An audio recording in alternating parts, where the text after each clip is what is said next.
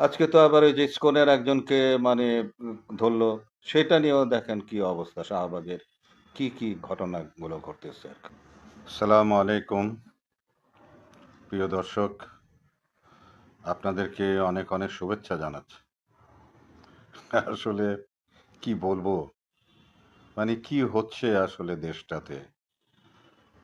আমি ৩ দিন আগের যে ভিডিওটা সেটা নিশ্চয়ই আপনারা অনেকে দেখেছেন এবং সেইখানে আমি যেটা বলেছিলাম যে আমাদের আর্মির মানে হয়তো ট্যাকেল করবে, না হলে এই দেশটাকে আসলে মানে ঠিক করা যাবে না।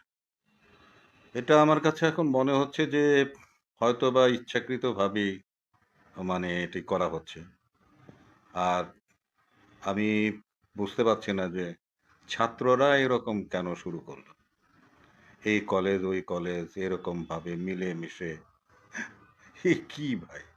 এটা তো স্বাধীনতা কাকে বলে, কতটুকু স্বাধীনতা মানুষ ভোগ করবে কিছুই তো মানে মানে এই ছেলেরা জানে না।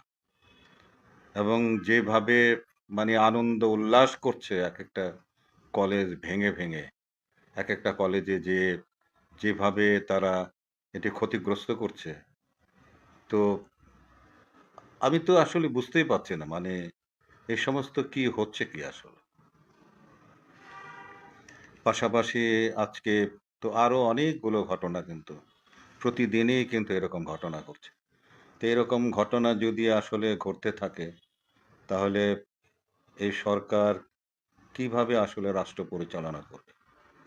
তবে আমার যেটা মনে হচ্ছে আরকি সেটি হলো গিয়ে যে আমাদের যে স্বরাষ্ট্র উপদেষ্টা যিনি আছেন, উনাকে দিয়ে আসলে এরকম মানে পোতাইনা মানুষকে দিয়ে আসলে এই স্বরাষ্ট্র মন্ত্রণালয় আসলে চালানোটা ঠিক হচ্ছে না। আর আপনি দেখেন যে মানুষ জানতে পারতেছে, ছাত্ররাও জানতে পারতেছে। তো তারপরে দেয়া এই স্বরাষ্ট্র মন্ত্রণালয়ের যারা গোয়েন্দা সংস্থা আছে যারা, তারা এই সমস্ত বিষয়গুলো জানছে না কেন? এবং সঙ্গে গিয়ে জিনিসগুলোকে ম্যানেজ কেন করছে না? সঙ্গে কিন্তু যাচ্ছে না কিন্তু। বেশ পরে যাচ্ছে। যেয়ে তারপরে আপনার গিয়া তাও তো সেখানে যে মানে ছাত্ররা ২ দল যেভাবে মানে ধাওয়া পাল্টা ধাওয়া যা কিছু হচ্ছে। তো সেইগুলো তো মনে হয় যেন দাঁড়ায় দেখে। তো দাঁড়ায় দেখে যদি এরকম যদি সিচুয়েশন হয়, যদি কড়া কোনো বিষয় যদি না থাকে, তাহলে তো এগুলোকে তো এই অ্যানার্কি তো আসলে আ বন্ধ করা যাবে না আসলে। আজকে তো আবার ওই যে ইসকনের একজনকে মানে ধরলো। সেটা নিয়েও দেখেন কি অবস্থা শাহবাগের। কি ঘটনাগুলো ঘটতেছে আরকি। তো সকলে মিলেই তো এখন দেখি যে আমরা যে বলছিলাম যে এই সরকারটাকে ফেল করানো যাবে না। এই সরকারকে আমাদের রাখতে হবে। এই সরকার ফেল মানে কি আমাদের স্বপ্ন সব ধূলিসাৎ হয়ে যাবে। এই যে রক্ত, এত রক্ত, এই যে আমাদের সন্তানরা এখনো পর্যন্ত হাসপাতালের মধ্যে চিকিৎসাধীন অবস্থায় আছে, তাদের যন্ত্রণা, সেগুলো তো সবই মানে ধ্বংস হয়ে যাবে। তো এই মানে কেন এগুলো কি কারণে হচ্ছে? এই যে একটা কলেজ আরেকটা কলেজে গিয়ে মানে রীতিমতো আপনার জ্ঞান কবি নজরুল থেকে কত দূরে গেছে আরেকটা। যাত্রাবাড়ি পার হয়ে সেইখানে এক কলেজে সেখানে গেছে মারামারি। তো এই যে এই ছাত্ররা এবং এদের যে উল্লাস আমি দেখলাম আরকি। ভাঙচুর কইরা যে মজা পাচ্ছে যেটা, এটা তো একটা খেলা মনে করতেছে এরা। তো এদেরকে যদি কড়া শাসন আমি তো যেটা মনে করি আরকি, যে একটা শাসনের কিন্তু বিষয় আছে। করা যদি না হয় কিন্তু আমাদের আপনারা দেখবেন যে আমাদের সন্তানরাও কিন্তু বাচ্চারাও কিন্তু যখন বাসায় দুষ্টুমি করে, ১ম কিন্তু আমরা মুখ দিয়ে বলি যে, "এই এটা করে না, এটা করে না।" কিন্তু একটা পর্যায়ে কিন্তু তারে থাপ্পড় দিতে হয় কিন্তু। না হলে ও থামে না কিন্তু। যতক্ষণ ওকে থাপ্পড় না দেওয়া হয় ততক্ষণ পর্যন্ত কিন্তু থামে না। তো এই যে এই বাচ্চাগুলো তো আমি দেখতেছি এই পর্যায়ে চলে গেছে এখন।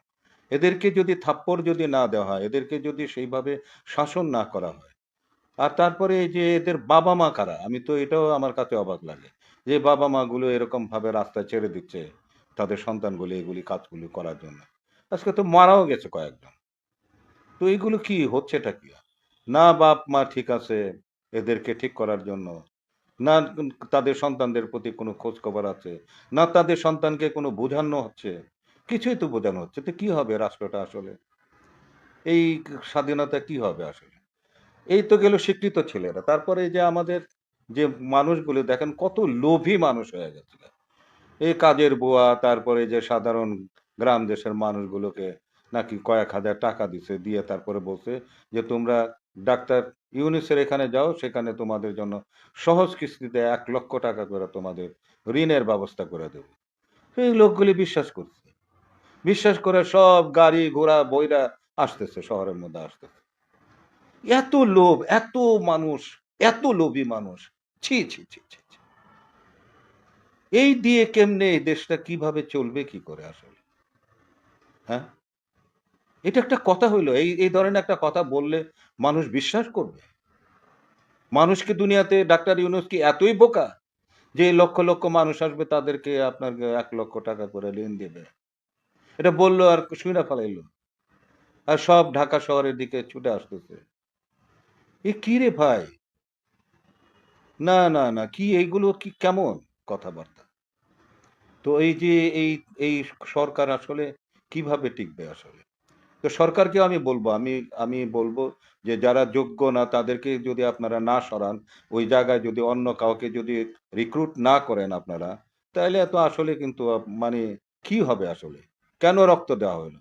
কেন এই আন্দোলন করা হইলো? কি কারণের জন্য করা হইলো? এই কথা তো শুধু আমি বলতেছি না কিন্তু। এখন কিন্তু সবাই কিন্তু এক কথা বলতেছে। এবং এই কথা যদি বলে তাহলে কি বুঝতে পারছেন আপনারা? আপনাদের সরকার ব্যর্থ মানে কি? ব্যর্থ তো হয়েই গেছেন গা মনে হয়। তো এইগুলো যদি আপনারা যদি মানে একটা কড়া মানে স্বরাষ্ট্রমন্ত্রী আপনারা যদি না দেন এবং আপনারা যদি একটু কঠোর না হন, আমি তো বলব যে একমাত্র সালেহ সাহেব ছাড়া আর তো বাকিগুলো তো সব তো পোতাই না মার্কা। আর আমাদের যে ২ জন সমন্বয়ক উপদেষ্টা হইছে, সেই ছেলেগুলি কি দৌড়াদৌড়ি করতেছে। এদিক যাচ্ছে, ওদিক যাচ্ছে, এইটা বলতেছে, ওইটা বলতেছে। এ তো ঘুমাইতেও পারতেছে না এই ছেলেগুলো। হ্যাঁ? এই ছেলেগুলোর উপরে ভার, সমস্ত ভার দিয়ে, সমন্বয়কদের উপরে সমস্ত ভার দিয়ে, কি সুন্দর আপনারা তো মানে আপনাদের তো কোনো কথাবার্তাই তো শুনি না। আপনারা যে উপদেষ্টা আপনাদের তো কোনো কথাই শুনি না। এত কিছু ঘটতেছে।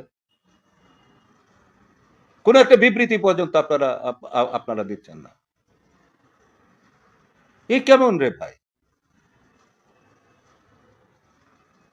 যাই হোক, মানে আবার আগামীকালকে কি দেখব জানি না। প্রিয় দেশবাসী আমি কিন্তু আসলেই কিন্তু আমার দেশ নিয়ে আপনাদের নিয়ে কিন্তু আমি কিন্তু খুবই চিন্তিত কিন্তু। আপনারা জানেন যে আমার নিজের জন্য আমি কিন্তু কিছু বলি না কিন্তু। জীবনে দেশ ছেড়ে গেলাম না কোথাও। ৩২ টা বছর ধরে আপনাদের সঙ্গে একটা সংগ্রাম করতেছি। সেই জায়গাটাও কিছু করতে পারতেছি না। সেখানেও কোনো কিছু করা হচ্ছে না। সেখানেও কোনো রিফর্ম নাই, কোনো কিছু নাই। ওই চাঁদাবাজি তো আগের মতো চলতেই আছে তো এখানে। চাঁদাবাজি হচ্ছে, অনিয়ম হচ্ছে, সবকিছু হচ্ছে। এই ব্যাটারি চালিত রিক্শাওয়ালারা দেখেন আপনারা কি করতেছে না করতেছে। কি সব বলতেছে মানে। মানে সবাই মনে হইতেছে যে এই দেশটাকে এখন খাবলায়া খুবলায়া ছিঁড়া মিরা খায়া ফেলাইবে। কারো কোনো রকমের কোনো দরদ আমি দেশের প্রতি আমি দেখতেছি না। দেশটা চলবে কিভাবে আমি তো এটাই বুঝতে পারতাম।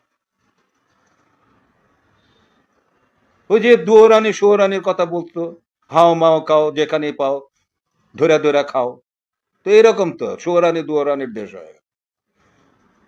সব রাক্ষস কক্ষস মানে ঢুইকা গেছে। যাই হোক ভাই, তারপরও দোয়া করি আল্লাহর কাছে। আল্লাহ আমাদেরকে বুঝ দেন আল্লাহ আমাদেরকে। এবং আপনাদের আবারও আপনার এই সরকারের উপদেষ্টাদের আমি বলব, এইভাবে মেউ, মেউ করে কিন্তু আপনারা রাষ্ট্র চালাইলে পরে এই অবস্থা, এই পরিস্থিতি হবে কিন্তু। আপনাদের মিউ, মিউ থেকে আপনারা বেরিয়ে আসেন এবং যারা মিউ, মিউ করে, যারা মিউ, মিউ ছাড়া কিছু করতে পারে না, তাদেরকে বাদ দেন আপনারা। বাদ দিয়ে ওইরকম মানুষ আছে, সেই মানুষগুলোরে নিয়ে আসেন। যারা রাষ্ট্র পরিচালনা করতে পারবে, যারা সাহস দেখাতে পারবে। এবং যে এরকম একটা বন্দোবস্তই মনে হচ্ছে যে আর্মির কাছে মানে তুলে দেওয়ার একটা বিষয়। আল্লাহ হাফিজ। আপনারা ভালো থাকেন। আল্লাহ আমাদেরকে সহায় করুন।